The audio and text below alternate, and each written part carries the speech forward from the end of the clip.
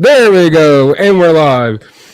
Ladies and gentlemen, hopefully you had a great weekend and all that good stuff. Of course, you're listening to the Air Raid Attack podcast. It's David and I. We are back, and we got a lot to talk about.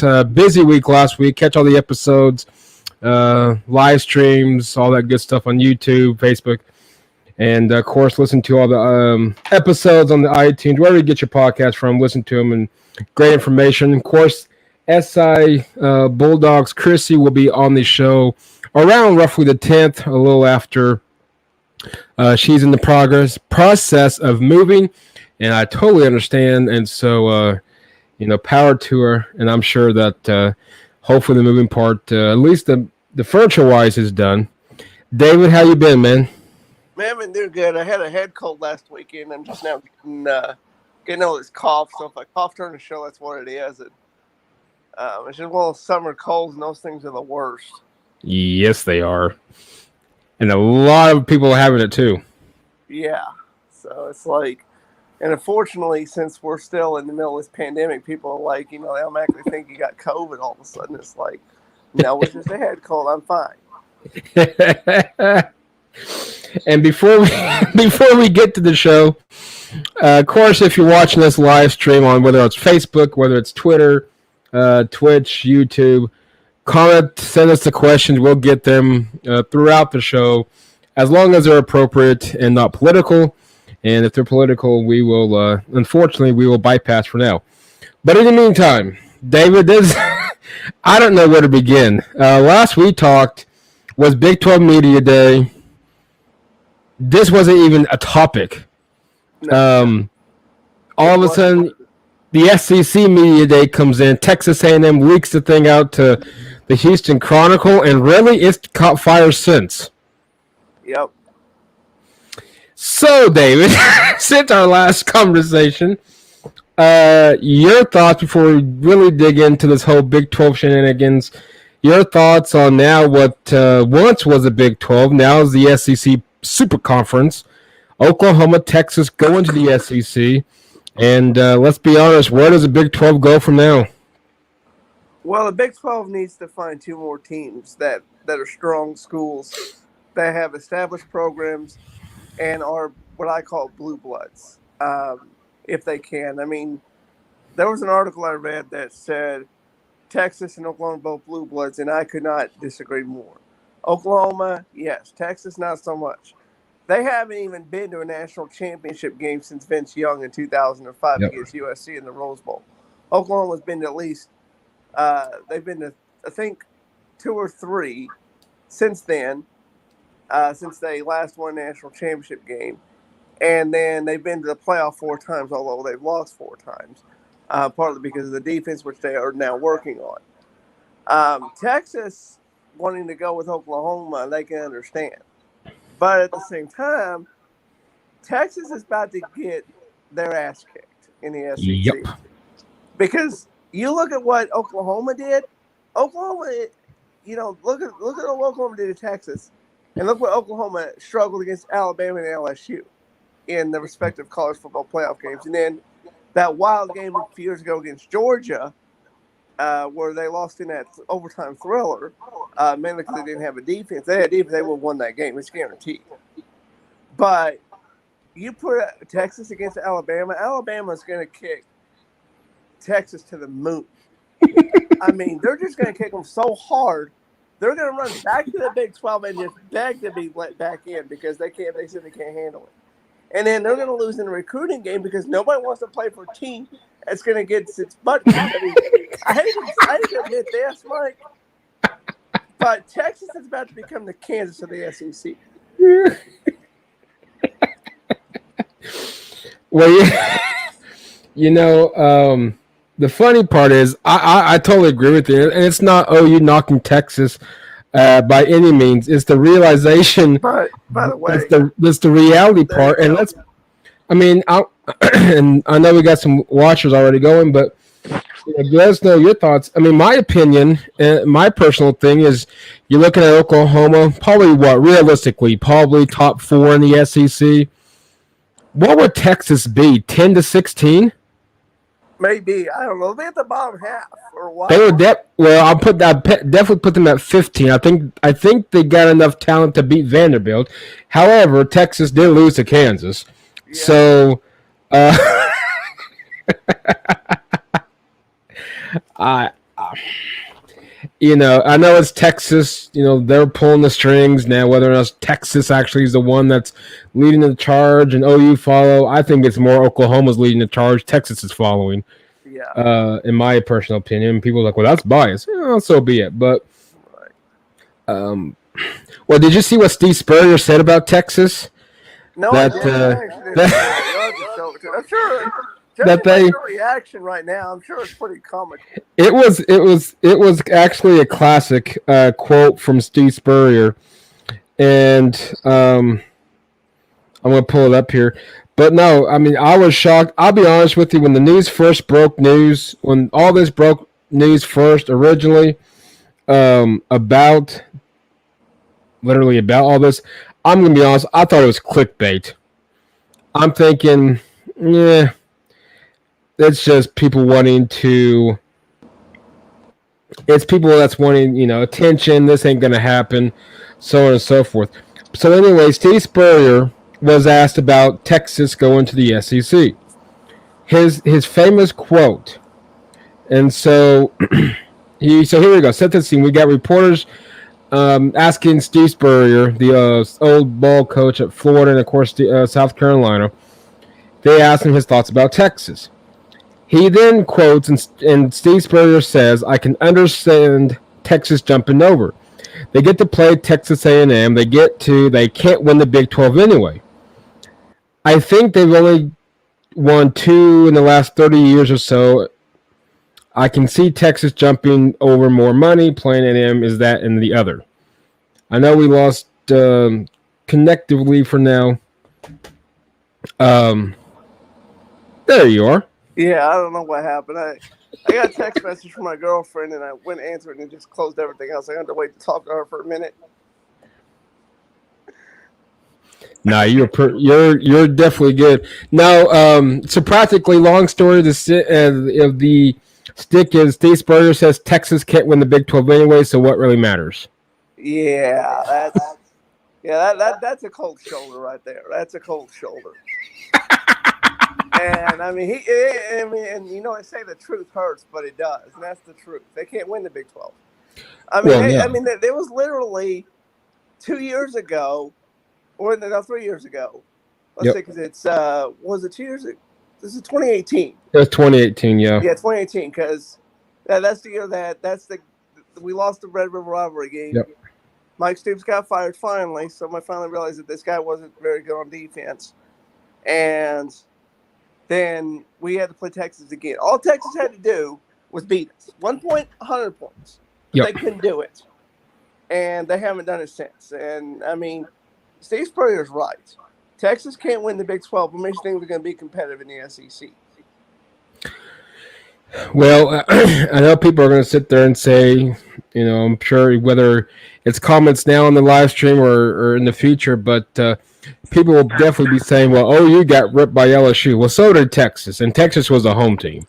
Yeah. The only thing I can say about OU, because, apparently people give Florida excuses from last year's beating that OU gave Florida in the Cotton Bowl, is I'll go with this, is OU had practically, third stringers on defense when they played at LSU? Yeah, they pretty much did. I mean, they were missing a bunch of guys, and then LSU was just was too powerful. I mean, well, yeah. And then of course, the referees. It's just one of those things where, something that happens, think, well, it's just football, but then it happens in the game when you're looking for any kind of break to get some kind of momentum. Something happens. I mean, there's a guy that receiver got yanked down by his arm trying to catch a pass, and the referee didn't throw his flag, and it sent Lincoln Riley into a got him real hot, and everybody real hot because they missed it. But that's the part of the game. It's just one of those things where everything seems to go against you. It's one of those things. And at the end of the day, the score wasn't indicative of the game. I mean, we finally, put some points on the board when it was all put away and sealed. But LSU was destined to win it because they had all the good players. Well, yeah. And I'm not going to sit there and say even with OU's top starters on defense, I don't know. LSU's offense was too good that year. You can probably mark them down, probably the best in college football history offensively. But no, it was one of those games that unfortunately everything went wrong, and that was that. You know, Now, what I would love to see is if this is even possible, is take the defense from the 2000 national championship team against Florida State, because that was the number one offense in the country at that time. And then you go back and grab Baker Mayfield's offense from 2017 rather, and you throw them two together and then play LSU 2 years ago. That would have been an interesting football game. I would have loved that. And we'll see. I know OU's got some big-time recruits coming in, some targets that they're looking at. Still, of course, in the 22 class now. And, of course, now in 23. Now the $1 million question. How soon do you think? I know 2025 is the legal year, so to speak. Do you think it's going to be sooner that OU Texas has to pay that approximately, 80-something mil buyout? Do you think they're going to actually wait till 25? Well, this is what I honestly think. OU is probably going to wait because they think, we're not going to, go out there. The wisdom would say to wait. Prepare yourself for the next 4 years. Yep. And then go, rather than pay $80 million to leave early and then get your butt kicked and then people saying, see, I told you so. Here's another clause, though, that I read about. Quit making fun of Texas, David. Well, I can't say it. I was born this way, okay? I was born this way. You got to deal with it. It comes with the territory, dude. Right? So, anyway, then you have... But here's this other clause, though, I found out about. Let's say that the Big 12 says, well, OU and Texas are now, it's official at 2025. And then the other teams say, well, we're going to leave in 2 years in 2023. Mm-hmm. And then 2023, let's say TCU, Baylor, Texas Tech, and Oklahoma State go to the Pac-12.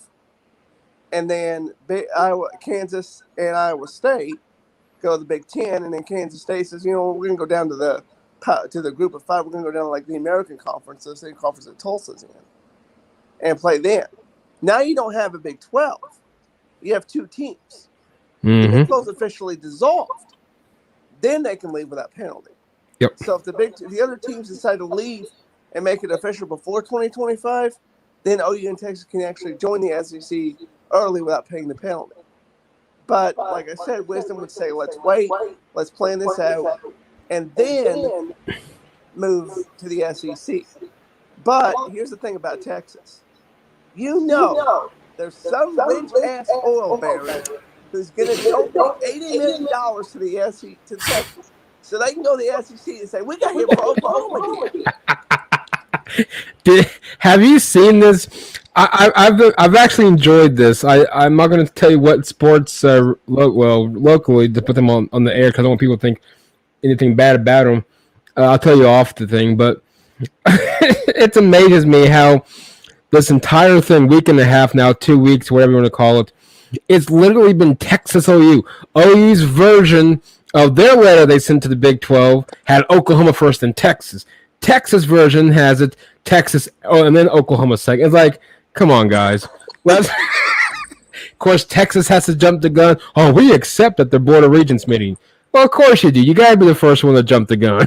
I mean, come on, guys. Exactly. And it's just, exactly. This is how, it's one of those things where it starts as a fun rivalry, and then it gets a little childish at some point. And to quote MASH, the TV show MASH, if you're old enough to remember that, if we've seen them in some of the reruns, there's a fine line between fun rivalry and childish, and we've pole vaulted over it. Mm-hmm. I mean, this is getting ridiculous. I mean, let's say Texas has the meeting at 10:55 a.m. Central Time. Oh, you had theirs at 11:05 Central Time. Texas is going to say, hey, we were 10 minutes before you were, So they're going to stick their tongue out, and now we're just with two kids in the back seat who won't shut up. Exactly what we are. I just think it's hilarious, and I'm waiting for for this year's OU Texas Red River rivalry game in Dallas. I'm waiting for them to present a check of 100 and let's say 60 million for both teams, that both athletic directors and presidents of the universities can meet Bob Bosley at the 30-yard line and be like, here you go, we're done. Here's 160 million for both universities, and let's call this a thing done deal. Yeah, that would be something. It would surprise me if it happens. Like I said, there's a bunch of rich people down in Texas, so they got more money than they know what to do with. Well, and they got the Longhorn Network, and I was reading an article that Texas can easily use the money from the horrendous Longhorn Network, and they can get out. I mean, yeah. But the question is, do they want to get out, or do they want to go at the same time OU goes? I mean, I don't know. Sure, hard to say. Speaking of which, I'm going to send you a link after we're done to a YouTube video. It's about 2.5 minutes. It's called SEC Shorts, and it's talking about Oklahoma and Texas coming to big to the SEC, and it has a vibe of going through TSA at the airport, like a security checkpoint. It's hilarious. I'll have to check that one out then. Yeah, it's pretty funny. And then I'll give you a little bit of a spoiler alert here. It involves Texas A&M. So, oh my God! They make an appearance, so I'll leave it at that and let you watch it. It's hilarious. Speaking of Texas A&M, I loved how they broke the news or went to the Houston Chronicle. The Houston Chronicle, whether it was legit or it was actually originally supposed to have been fake news, and it turned out to be legit. I really don't know. But it's funny how A&M back practically, we don't want, this isn't fair to the university, blah, blah, blah, blah. But yet they vote unanimously for the SEC to accept those two. Yeah, it was, that's what struck me, because I heard that there were 3 schools that were opposed to it. Texas A&M was being one of them, at least against Texas. I'm not sure if I've heard Arkansas's name out there too. About Oklahoma, and they haven't played in over a decade. Yep. But then I heard there were other 2 schools. I can't remember who they were. I was thinking, well, it's going to be borderline. And then I get a notification, it's unanimous. I said, well, okay, then here we go. And then of course they extend the invite. The board regents get together. Next thing you know, by noon on Thursday last week noon, hey, it's official. And we're talking about a week from when it first broke to now it's official. I mean, things moved quickly. And, it's like they say, the winds have changed. It went from a breeze to a gale force wind in a matter of days. Yep. Because things started moving. Well, it moved quick because it went just from what a lot of people thought was clickbait to now all of a sudden, here comes OU Texas. They tell, the Big 12 then has a Zoom call. They were invited. Nobody from OU or Texas shows up. So you now got talk about awkward meeting. Yeah. Just expect going to a Zoom meeting. Everybody was invited, and then your 2 big dogs were nowhere to be seen. Now it's like twiddling your thumbs, like, where do we go from here? Yeah. Speaking of where do we go from here, where does everyone else go? We have Iowa State, who's up and coming. TCU hangs around. West Virginia really hasn't been much of a threat in the Big 12. You got Kansas State, Baylor, of course, Kansas, Texas Tech, and, of course, Oklahoma State. Where do you think these teams land, or what do you have in mind that, from your opinion, that's best for these universities? Well, I think it's best for these universities, like I mentioned earlier. The layout that I had mentioned was that Oklahoma State, TCU, Baylor, and Texas Tech go to the Pac-12. Yep. And on a side note here, I think these conferences need to drop their numbers and just call themselves like, hey, the big, big football conference or a big athletic conference or something like that. We're dropping numbers because Pac-12 actually has 14 teams, and then or something like that, and then now they're about to have like 18 teams. if these four schools join. The four schools I mentioned: Oklahoma State, TCU, Baylor, and Texas Tech. I see Iowa State joining the Big Ten with their rival Iowa. Then they can play a conference game, which looks bigger and better than a non-conference game in the eyes of the various bowl committees. So they can, regarding strength of schedule, they probably get into a better bowl game if they win that game because it's a conference game versus non-conference. And I think Kansas State should join them in the Big Ten, and because they're fairly close to that region of America. And then West Virginia, they should go to the ACC. They're on the eastern side of the United States. Yeah. Their neighbor Virginia is in the ACC, and they could, start a rivalry with them. Call it the old Civil War or something, and did the hell with political correctness, by the way. And then Notre Dame could join the ACC as well, and then take on themselves off the independent, which gives them more leverage when they start winning games versus, hey, you're not classified as a conference. You don't play a conference championship game. If they join a conference, they get in. It looks better on paper for them as well. Yep. And I hate to say it, I'm picking on Kansas again, but they either need to go down to the Power Five, a Group of Five, or even to the FCS and learn to play football. Because they can't. As Baker Mayfield famously said against them a few years ago, you also just stick to basketball. Well, I know that you look at Kansas and their football program's just crap. I don't know what else is a better word to put it besides crap. I mean, you could just use any kind of or equally euphemism to describe Kansas's football program. And I was looking forward to seeing what Les Miles is going to do, and then the whole thing surfaced with him, and you're like, well, that was a waste. And then and now I think it's I want to say his name's Mike Leopold or something. I can't remember who the new coach is.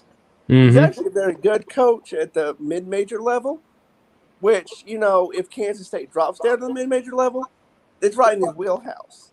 And they could probably turn that program around a little bit and maybe compete at some level, because they cannot compete at high-level football. No. Big 12, SEC, ACC, where they can't compete.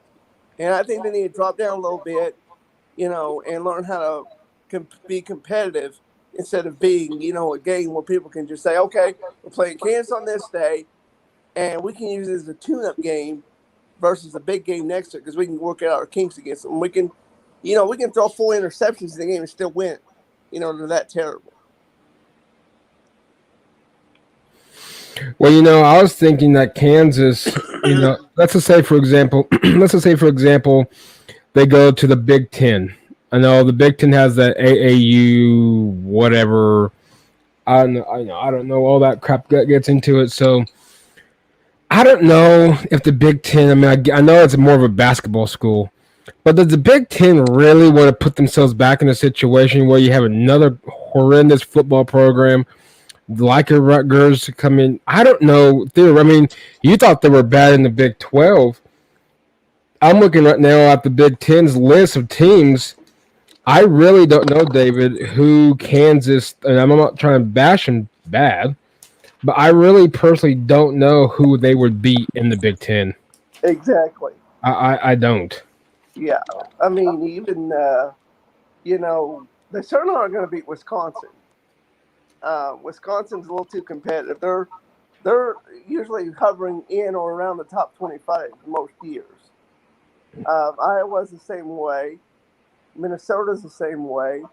Certainly Penn State. Just a few years ago, they were in the top 5. They knocked off Ohio State. Mm-hmm. As I think they were unranked at the time.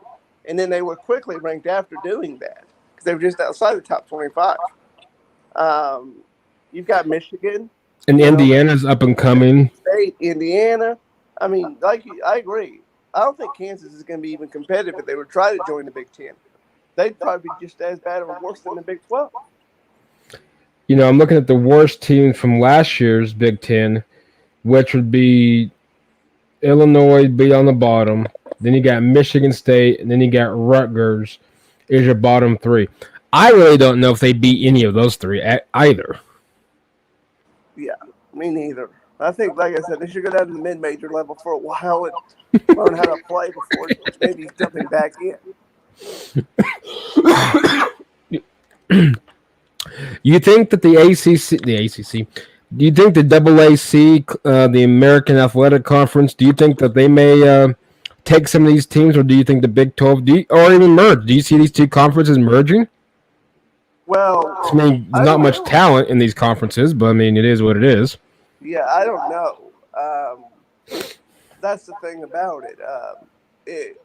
If there's the problem is if there's there's teams like Texas Tech, Oklahoma State, and Iowa State, who in the last couple of years have been right there with Oklahoma, competing with them. Iowa State has beaten Oklahoma twice in the last 5 years. Yep. And then Kansas State's beaten Oklahoma 2 consecutive years.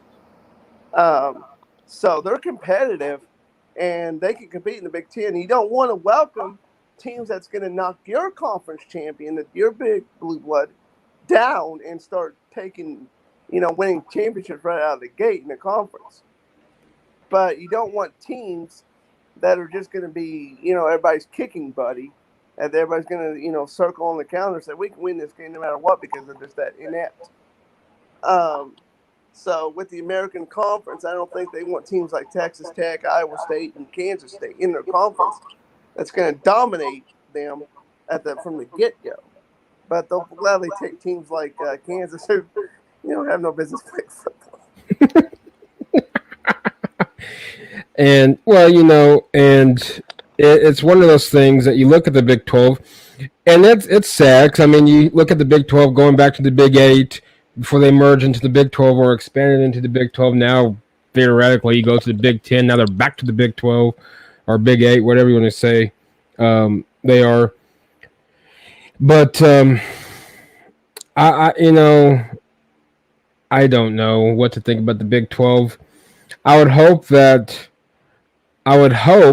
they would try to expand. But now the next question, I guess, would be: it depends on who they're looking after. Who does the Big 12? Who does the Big 12 expand to? I mean, do you look at a? I don't know. Do you look at a Cincinnati? I don't know if BYU would still be. I don't know if BYU would still be interested or not, because I know they don't play on Sundays, so I don't know. Yeah. I don't know. The Big 12 is a mess. And the thing is, well, here's the thing. You don't. I think it was just a couple of years ago that that Texas A&M LSU game went to 7 overtimes. They scored like 70 points each. Mm-hmm. And, let's say something crazy happens between BYU and gets into the conference with, Texas Tech. They put them in prime time. They go 7 overtimes. All of a sudden, they're approaching midnight. And BYU says, we can't play after midnight because it's Sunday morning. Well, solve that problem. Welcome BYU and give them all the 11 a.m. kickoffs. So 11 a.m. local time, of course, which is 12 noon central. So then, that solves that problem. So I don't foresee a problem with BYU coming to the Big 12. And I think Cincinnati would be a good fit because, they're in that mid-major conference. They're clamoring for attention. Well, let's say, step up to the plate, boys. Here's your baseball bat. Step up to the plate and see what you can hit.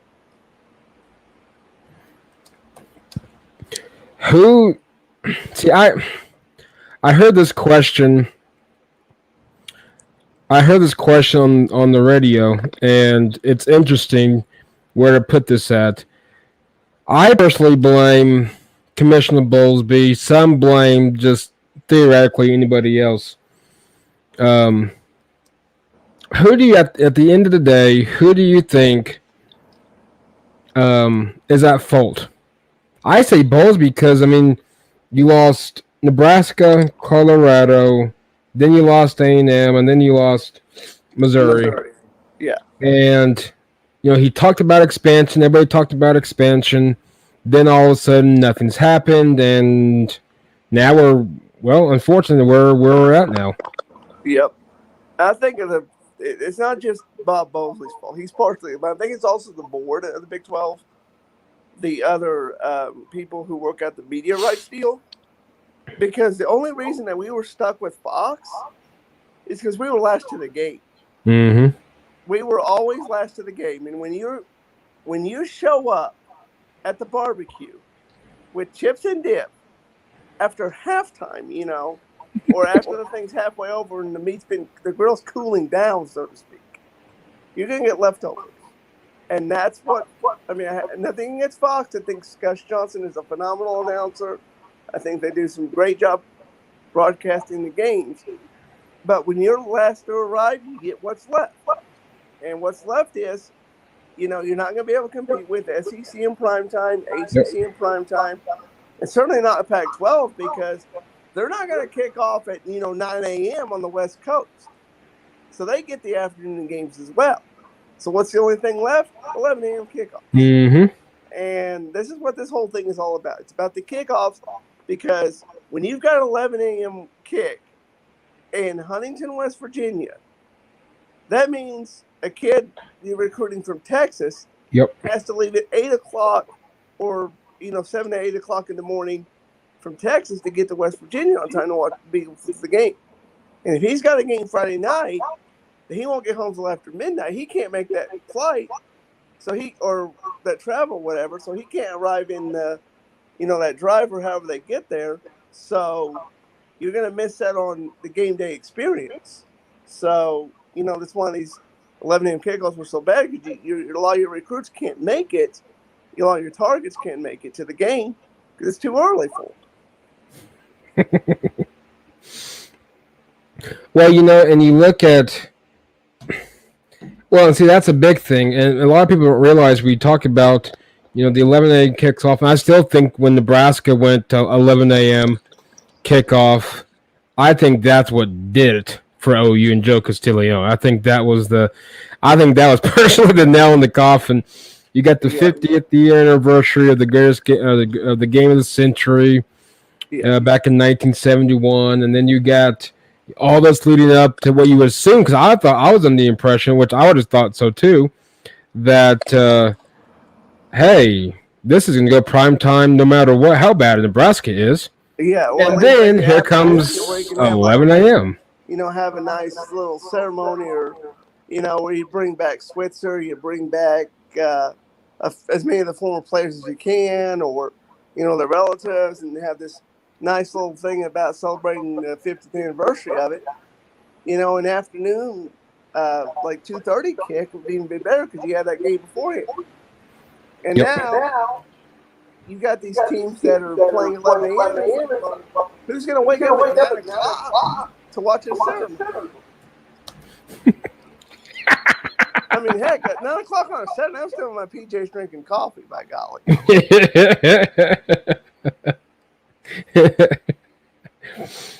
I'm excited about the SEC. I'm not going to lie. I mean, I would be lying to you if I said I wasn't.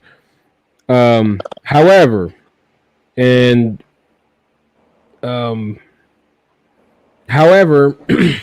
I will say this.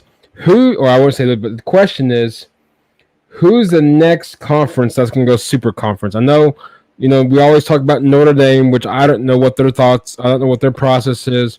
I would imagine West Virginia will go ACC, but again, people forget the ACC has to be interested in West Virginia, and I don't know how much West Virginia will bring to the table for the ACC. Yeah, I totally agree with that, but I would say that the Pac-12 will probably be the next big super team, because if, like I said, the Big 12 dissolves, you got 4 teams going to the Pac-12, and it's, they're going to be the next super conference. And I would say that the Pac-12. Excuse me. Yeah, I would say so too. I would imagine that the Pac-12 is the next one to expand. Whether or not they go, 4 teams, you get your 16, 2, and then you bring 2 more in. I don't know what their thoughts are, but No, I think the Pac-12 would definitely be the Big Ten. I keep hearing Kansas and Iowa State. I really be curious how Iowa State would do in the Big Ten. Yeah, well, that's the thing. They have their rivals. I think if they get in the Big Ten, they can say, "Hey, you want to play the Big Ten, but you want to play for Iowa, and you live in Iowa, want to play for us." So it could up their recruiting and give them a couple of years and they're competitive. So I think Iowa State gets there for the Big Ten. It'll be interesting. Now the fun part begins. How do we divide up the conference in the SEC? Do we go pods? I don't know if you saw that or not. I did. From the SEC network. It's not a bad idea. You still get to play everybody. Now, granted, some not as often as others, but I like the idea. You can still go east west. If that was the case, you would play one other team from the opposing division, I guess, because you still have your 8. Mm-hmm. But unless they just go strictly conference schedule, which I would suck. Yeah. And even I did see something today that they're now contemplating with a 9-game conference schedule versus the current 8-game. Mm-hmm. And with a 9-game, of course I have to write this out in order to get it right. So if I screw it up, it's not on me because I'm doing this in my head. My head goes one direction, and that's it. So let's say you have a 9-game conference schedule. You play, or is it 8-game conference schedule? You play 4 teams in the you divide the thing into SEC East and West. You play 4 teams in the West, 4 teams in the East 1 year. Then you play the other 4 the next year, and the other 4 the next year. And then you play you go back to the versus the previous year we played the first 4 and the first 4, and then you flip them. So if you were a road game, you got a home team. If you're the home team, now you're going there. And then every 4 years, you visit every stadium in the conference.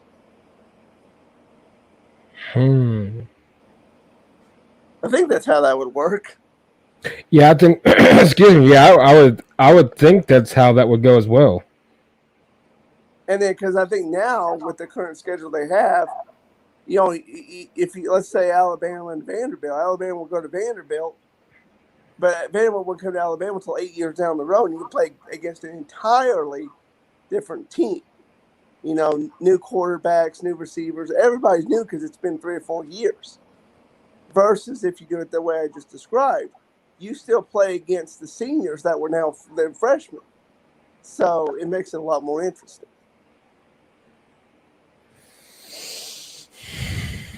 I'll leave the scheduling part up to them. Yeah. I will say this: I'm definitely looking forward to. Excuse me. I'm definitely looking forward to them playing LSU. At 7:00 down in Death Valley. Yeah, that would be an interesting game. And then I have a friend of mine who's an Alabama fan. He's from Mobile, so he's born and bred. Nice. And he said that he was excited once it made official. He put a post up. He said, I'm so excited now.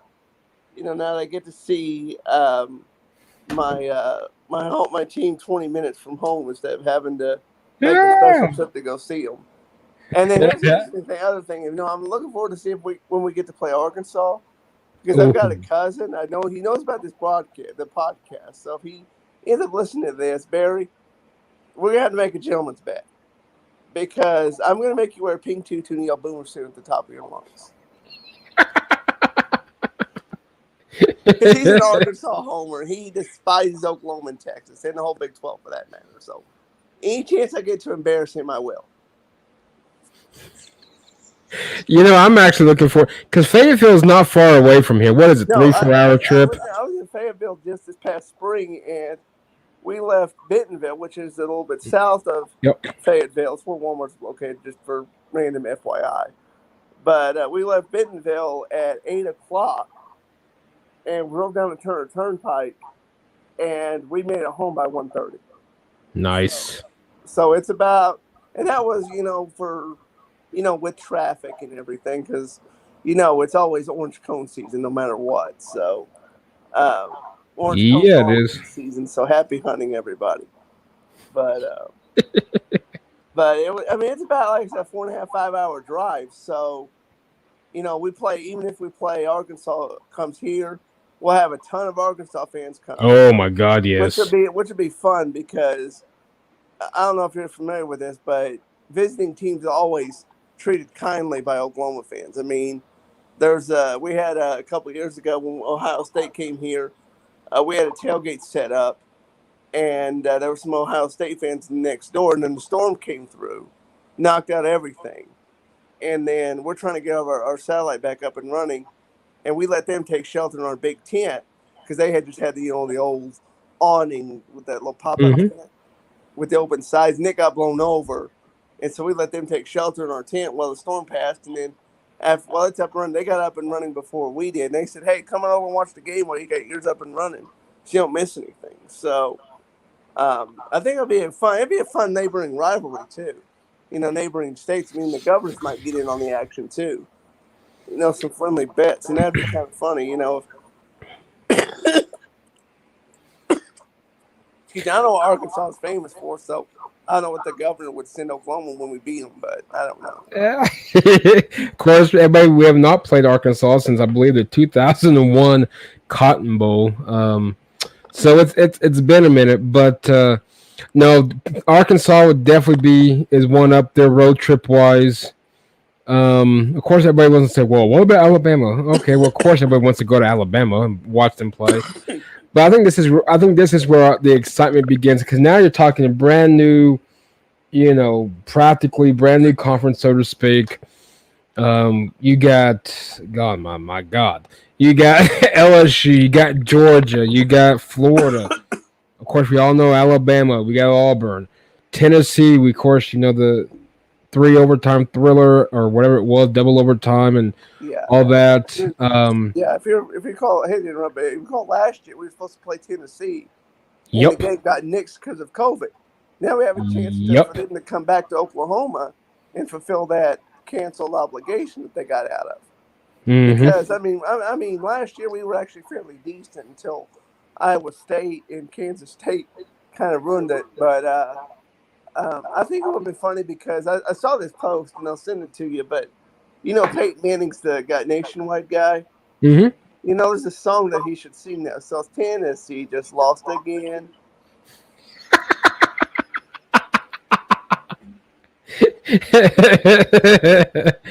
Speaking of Tennessee, we might have talked about it. We might not. Now, since the addition of OU Texas, but we won't talk that because, it could be 2025, but I still think it's going to be next year. How well do you think Josh Heupel is going to do?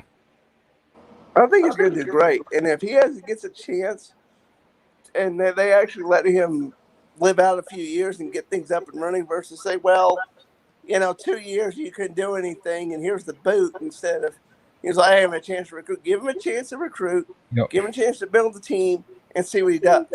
And if, like you said earlier, if somebody says, well, here's a check for $160 million for OU Texas to leave early, and we get to play in 2023, and he's still there, hey, that would be a primetime game, because you got a former coach, a former player, I should say, playing against his former school, and then then you've got Lincoln Riley up against this Tennessee program, and we could squeeze a few more fans in the Memorial Stadium, get up to 100,000. I'm sure we could if we wanted. Well, and that's the thing. I'm going with this one. Are we going to see? I want our stadium enclosed. Why can't we enclose it? Enclose the north end. Exactly. Just enclose the north end. We can get to 100,000. Exactly, and that's the thing I was talking about to a friend of mine who grew up in Alexandria, Pineville, Louisiana, and he's an LSU guy. Although he went to school, I think he went to school at what's now LA. I can't remember what's called now. It was LA Louisiana Tech. It's the same school that Phil Robertson and Terry Bradshaw went to. I can't remember what it's called now, but they changed names on it. And he was saying that you better be prepared for play from 100,000 loud, screaming fans. I mean, I watched Alabama, the Iron Bowl every year with my friend who lives here in town with me. Uh, and last year, the camera was actually shaking because of the noise. Wow. You had 100,000 screaming fans, and it was creating so much vibration. The camera was on-field camera was shaking. And if Oklahoma's not prepared for that, they're going to get whooped in the first couple of years if they're not prepared. I hate to say it, because they're going to get overpowered by the noise and the environment. And they're not going to be able to do anything.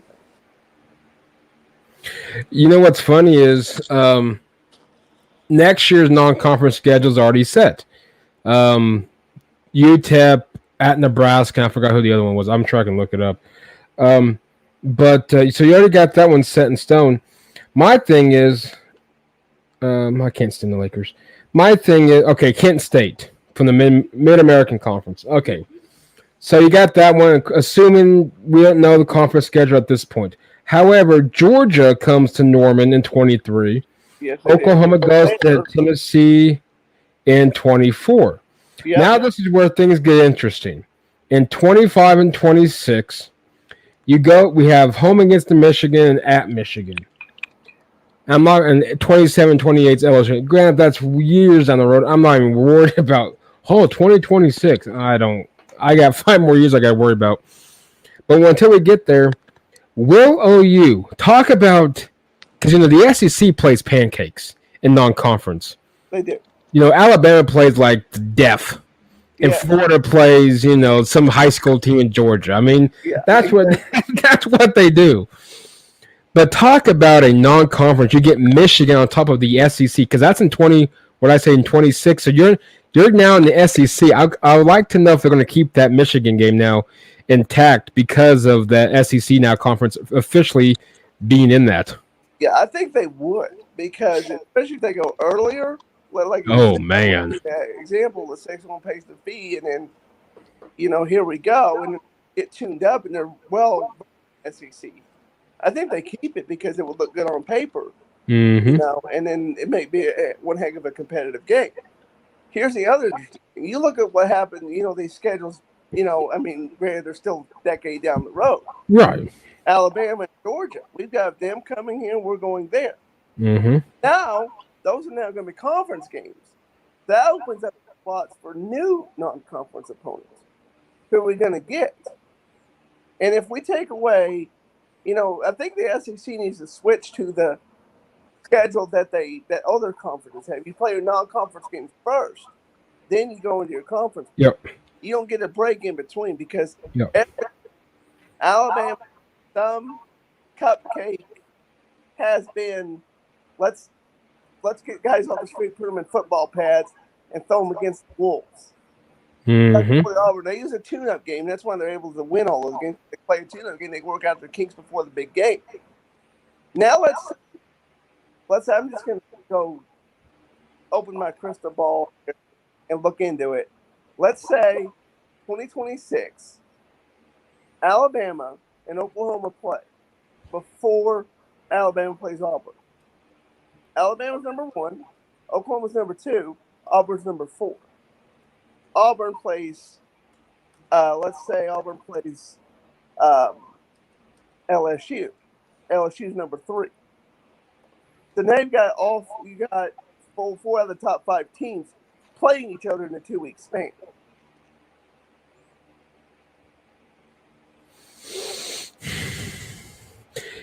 And also to add on that, I'm looking at Texas. Texas has Arkansas this year and Fayetteville. They got Alabama in 22 and 23. They get way down the road in 28 and 29, both Georgias, 20, 30, and 31. They got Florida, of course. Whether or not that anybody knew about the SEC, I doubt it, but who cares? It's going to be interesting. I'm kind of glad we got Kyle Field back. That's a tough place to play.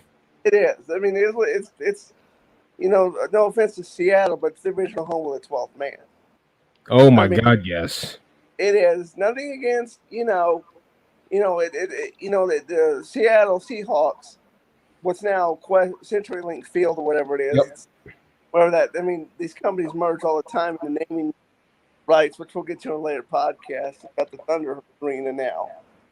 But it's one of those things where, the 12th man, it's like they create so much noise to where there's like the 12th man is on the field. Mm-hmm. But Texas A&M actually has the 12th man because there was a guy that came out of the stands, put on a uniform, and played. So they're the original 12th man, no offense to the Seahawks. You just now piss him off, David. Not only did we take we took the Supersonics. Yeah, I've got a joke to make at the end of this thing because once I say it, you're not going to be able to compose yourself. So I'll save it till the end. But no, it's an exciting time for college football now. Oh, did you read that Spencer? I'm not knocking Spencer Rattler. It has nothing to do with expansion. But I'm just going to pick your thoughts. Did you hear that Spencer Rattler charges $150 for an autograph? Yeah, I'm like, that's out. Yeah. I mean, it's not right. You're not representing the Oklahoma Sooners with that. I'm just saying. You gonna get him to do a cameo for you? Well, I don't know. If you got $150, maybe. So. I'm sure we can. Hey, if I give someone $150, can they expand us into the SEC too? Yeah, I don't know. We'll see what happens. No, I wasn't for sure if you saw that. I like his merchandise line. I don't anticipate. It looks cool with the S and the snake and everything, Yeah, it's not bad. It's pretty cool. I mean, whoever he had designed that should be given an award because that's pretty cool. Yeah, I think I have all of the things real quick, and then I'm going to ask for something way off topic from college football.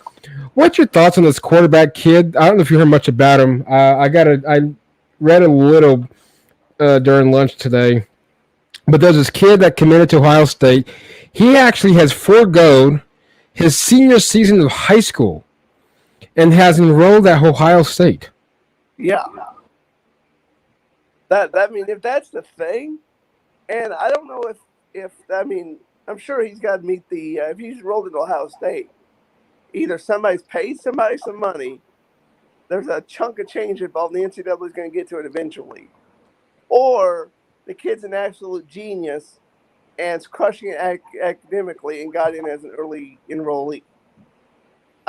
Which, hey, power to him. I mean, power to him for that. I mean, if he's good and does what he stay up late studying or whatever, hey, I hope he does great things. Mm-hmm. But this could set a precedent if we're not careful. You're going to have kids that are supposed to graduate in 2022 or 2023. Let's say 2023 because 2023 is almost here. Let's say graduate 2023. And then they say, oh, I want to play now. I want to go to school now. So then they can figure out a way to get enroll, become officially a student at the university, and now they're legally allowed to play. And it's going to be like the NBA now, where kids are going to forego their senior year of high school and go to the NBA. Let's go to I'm going to forego my senior year of high school and go into the NCAA and play college football. The problem you'll have is if kids aren't academic, even if they meet the grades, if they meet the requirements to get in, they're not prepared for college life. And then you're going to have, they're going to go out partying, they're going to go out do something stupid, and then get suspended or kicked off the team. And then you just lost that big advantage you just had in the blink of an eye. No, power to him if that's obviously that's the route he goes, and I give him credit. I don't know if that was the best move. I read someone tweeted out that was a horrible decision and some big college star, but nonetheless, I mean it's his decision, and hopefully he does well. Going off topic, and then obviously later on this week or sometime next week, whenever what's best is. But your early thoughts. Of course, Not on college football because we can talk. There's so much there of that, but Russell Westbrook Yeah. is now a Los Angeles Laker. Now, of course, tonight's NBA free agency kicks off. I saw the Lakers signing Dwight Howard. I think they signed Trevor Ariza, and there might have been one more. I don't know. I'll be honest with you. I'm not a humongous NBA fan. Of course, I'll watch the Thunder, and that's about it. Is it me, or has the NBA just gone star crazy to where literally we got star ring chasing athletes? Yes, most definitely. You'll have teams that are desperate. Lakers, they won the bubble championship. I mean, the thing should be the trophy should have a mask on it because that's appropriate for what happened in 2020. So it should have like a gold mask as part of the trophy and not, some paper mask to just think, but actual gold mask because it was a bubble championship and has to have an asterisk because it wasn't a legitimate championship in my honest opinion. Sorry, Lakers fans, but I despise the team even more now. But anyway. You're going to have these teams, these players that are going to do anything necessary to get these other superstar players outside of free agency. Well, he's going to sign with this team. Let's just send him a whole bunch of, stuff here and let's get him anyway. And it's going to set a dangerous precedent where, you're going to say, well, you're going to do it the easy way, let them sign free agency, or do it the hard way, and it's going to cost you a lot more than just letting them go in free agency. And I don't know. I know a lot of people are happy with this megastar team, and so be it. I mean, I'm not 100% saying it's a bad thing. It's just it gets old after a while, especially when you have a guy named LeBron James, because you got him in Miami. That's how he won his umpteen rings, and Yep. The Lakers. Chris Paul got a nice contract. I saw that was that was a good deal what Phoenix did. He declined the player option, and then they were able to sign him to a bigger deal, and that more benefits him, and then it lets him stay in Phoenix. So, props to the GM for doing that. And of course, the Paycom Center. What's your thoughts on that? As a new name for the OKC Thunder's arena. It's going to take some getting used to, and by the time we get used to it, they'll change it again, just like they always do. I wish we had a name like Bricktown Ballpark or something. Yep. That no matter what, it's still going to have, Bricktown, something is named that, you've got Wrigley Field in Chicago, Fenway Park in Boston, the Staples Center in Los Angeles, these iconic names that just, you mention a name and you know instantly what you're talking about. Dodger Stadium, exactly. It's like they just need to stick to something, sure, add a sponsor to it so that, get some money involved if you need to, but at the same time, it's still known as the arena and not as some, like, what's it called now? Okay, where's that? Instead of, it's known as the, in Memphis, they have the FedEx Forum. They're headquartered there, but, it's like you had to look up these new arenas, like, where are they now? And, I think the Thunder should just trademark the name Thunderdome and just call it the Thunderdome. Loud City and Thunderdome just go hand in hand. They need and just for the hell of it, just have a Mad Max night, Just have a Mad Max night. Of course, keep it PG rated. Of course, you don't want kids getting scared to half to death,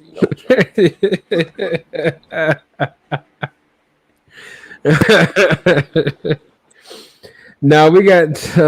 It's going to be a good one. I'm curious of how now with everything spiking back up. Yeah. I don't know. I don't know either. It's a mess. I mean, I made a fairly lengthy Facebook post about my thoughts on it, and I just let it at that because I was like, "You gotta be kidding me." Unfortunately, I want to say my thoughts, but I want to. I put it on Facebook because, like I said, we're not going to get political on this show. I just let it there. So. Yeah.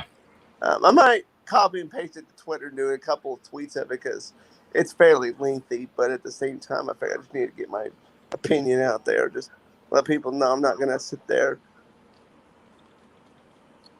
and just sit there and sit on my hands and just, do what the government tells me to. You better, because David, they're going to knock on your door and ask for you to see if you got a vaccine.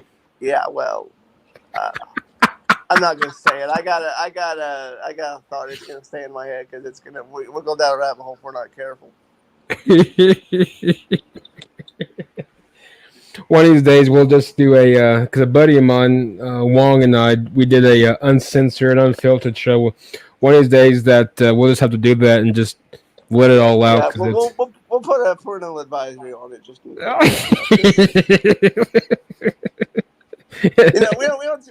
we're not potty trash talkers like some of these other people, but we love a little salt here and there. Won't hurt nothing.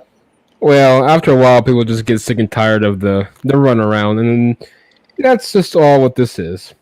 But anyway. Anyway, I'm going to make my joke now. So, get prepared. This is good. Texas in the SEC makes as much sense as Seattle having a basketball team.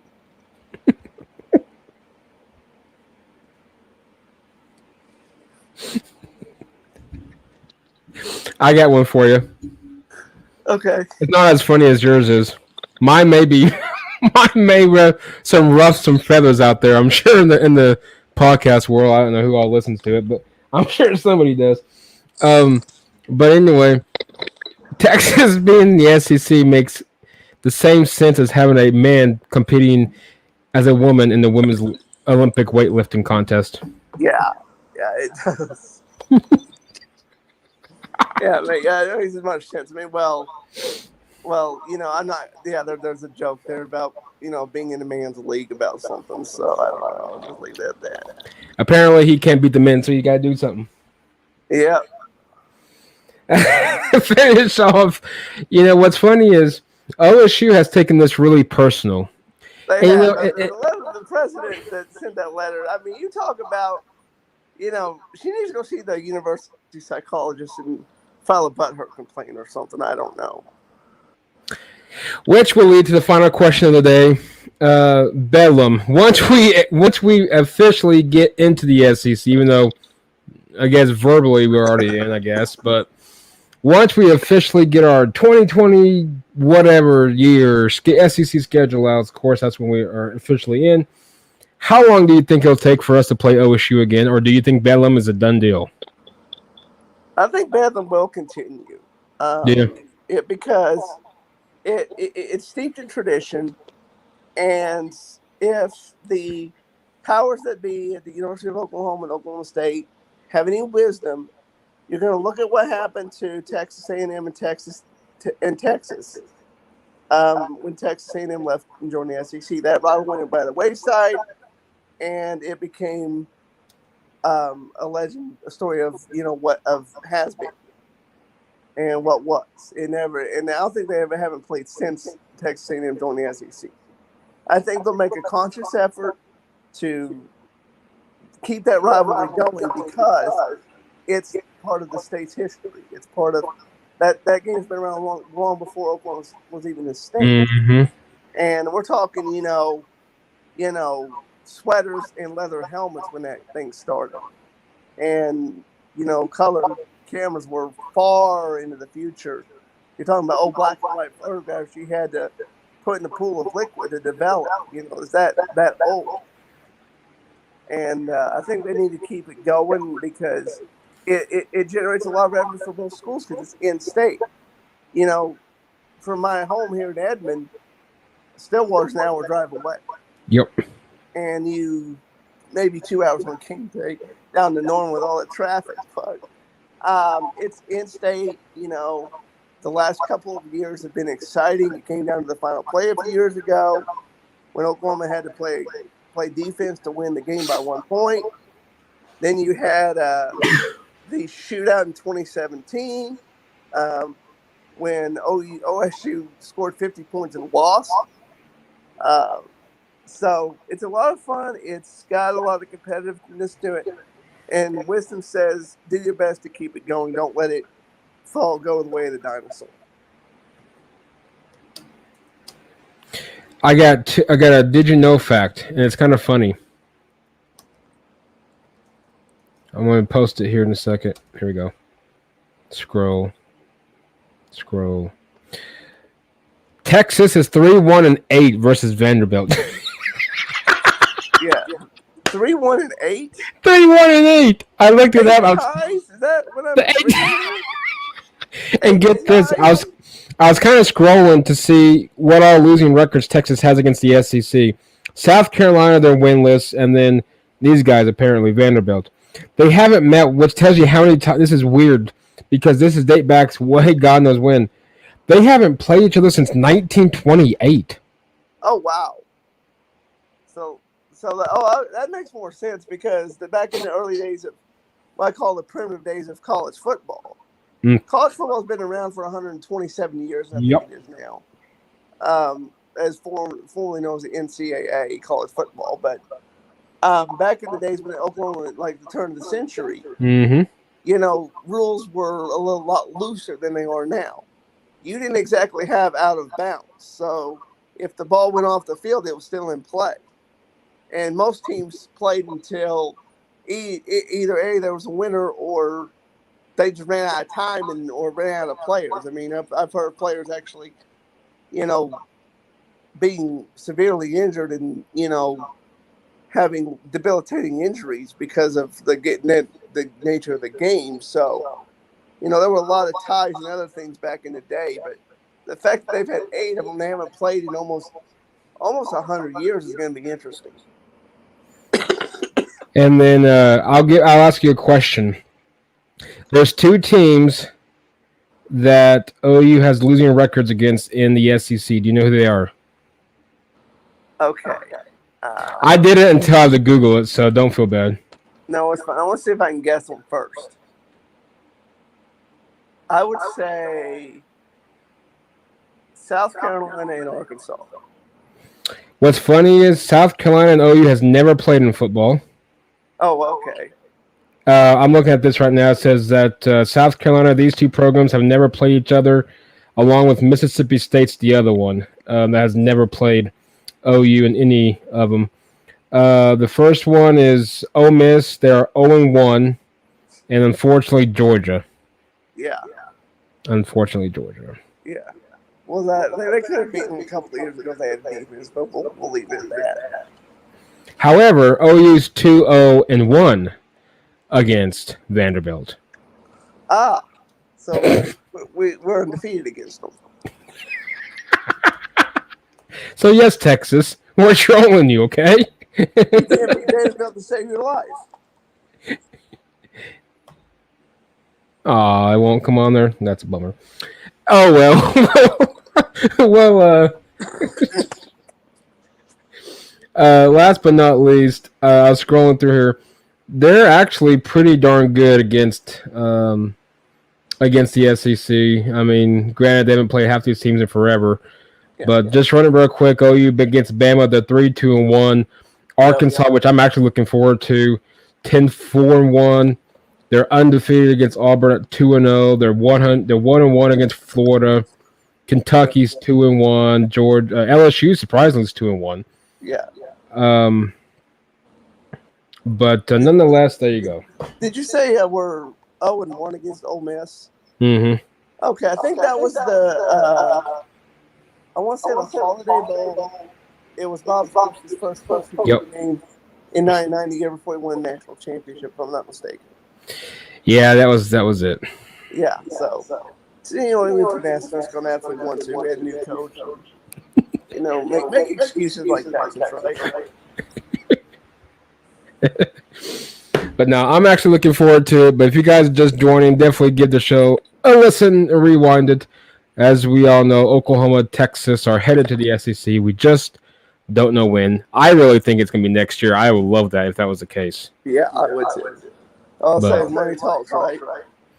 We're about to find out how big money OU and Texas really has now. Yep. But in the meantime, guys, David, it's been fun. Welcome back. I'm glad you're feeling better. Yeah, me too. It's like it's a little congested in my voice, but it's nothing like it was last week. I mean, it was miserable. I mean, my health felt like a balloon, and I just like somebody pop it.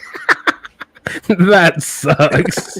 Yeah, it was bad. So I was like, yeah, I was not feeling well. And then, of course, I had that adventure with my car key. And then, it got all worked out. But it's been fun getting back. And I look forward to it. This StreamYard's pretty cool. If I can get the kinks worked out and figure this thing out, we can have some blast with this thing. Oh yeah, this thing if I can get some kinks, there's a few things I got to work on. I'm trying to figure out a few things here and there, but I think this thing, if everything goes right, might be the thing. Yeah, and Zim can go the way of the dinosaur. Well, they apparently updated. They have something called apps. I don't know what exactly that is. I'm kind of scared to find out. Yeah. But nonetheless, guys, glad that we're back. David, of course, I'm sure he's glad that. Hey, we're in football month. I forgot about that. Hall of Fame games this weekend. It is. It's always fun and to watch the guys that get inducted at halftime in their gold jackets. Yep. And it reminds me of what John Elway said at his Hall of Fame induction ceremony. He said he started the NFL in orange, won a Super Bowl in navy, and then got inducted in mustard.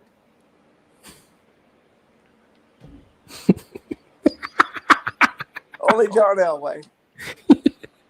Speaking of the Broncos, Steve Atwater, he's getting inducted this weekend. Yep. Now, are they going to do it 2020? How are they? I have not heard. Are they doing both 2021 or just 2020? Fine on this year since they didn't have the game last year, obviously. Oh, a ceremony for that matter. I know Major League Baseball, they didn't have 2021 because it's like a cathedral. And, you got to be holy and purified before you can get into the Baseball Hall of Fame. Ain't that the truth? Yeah. We'll leave with that. But they did, since they didn't have anybody this year, they inducted everybody from last year. The two players from last year that didn't get to have their ceremony. So I think they're doing both classes. I'll have to look it up and see what they're doing. But it's going to be fun to watch. And I think it's the Cowboys and the Steelers, if I'm not mistaken. Yep. That's going to be a fun game. I hope Pittsburgh runs all over him. That ankle injury. I mean, that was a gruesome injury. His foot was in a direction it wasn't supposed to go. Yeah. I mean, it was bad. I mean, my aunt, one of my relatives sent me a picture of it. And I was like, oh, I don't know which was worse, Dak Prescott or Conor McGregor. So.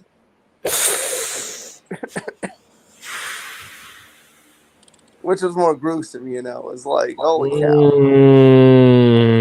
I don't know. Dax was pretty bad. It was, but I'm excited to see him back on the field and see what he can do. And, I am too. I got nothing against Dak. He's an SEC guy. He is, and he's a great guy. Don't get me wrong. And what he stands for, he's a good family man and great guy to like. Even though he is SEC, but he's not like Alabama or LSU, one of those high snooty players. He's a humble Mississippi State guy. Oh, absolutely, yeah. He's well known. It's gonna be fun to watch him, and then we'll see how. I'm actually taking bets on how long we'll hear "We Them Boys." God. If we get out of preseason, we'll be lucky. It's preseason. I'll watch it because it's preseason football. I'm actually looking forward to Steve Atwater's speech. I really want to hear Steve Atwater's speech. I do too as well. It's going to be fun to watch. But we'll get there. Saturday's the speech, Sunday's the game. Yep. And go from there. Guys, it's been a pleasure. Chrissy, the SI Bulldogs, publisher of the SI Bulldogs, will be here around the 10th or a little after. She's in the process of finishing up moving, and she's getting her internet installed, so that's definitely perfectly fine.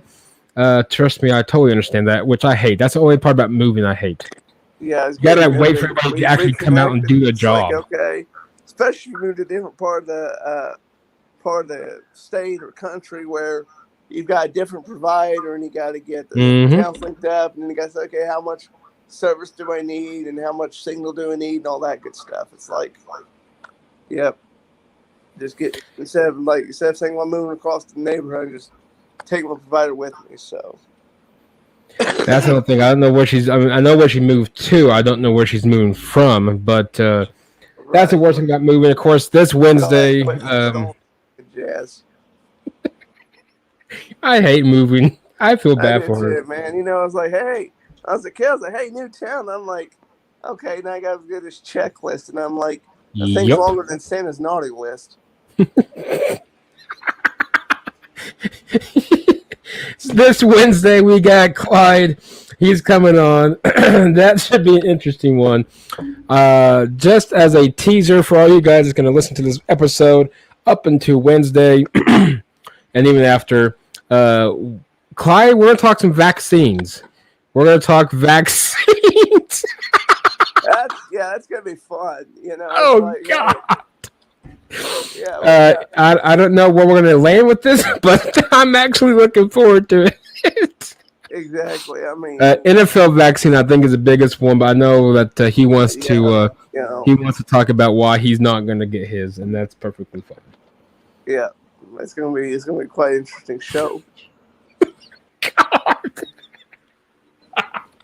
Parental advice. Exactly. I'm gonna put a disclaimer. Yes, on this one, y'all. It might get a little naughty. You know, we never know. Put a disclaimer. Dear government, please don't listen. Exactly. Yeah, it's a two-part disclaimer. The views expressed there for those of the people involved, not necessarily those who are the listeners. And then B, if you're from the government, put your earmuffs on. Please. What he tells me, it's not what I may or may not agree with. We'll find out. Exactly. But anyway, jokes aside, David, it's been fun. I'll get you.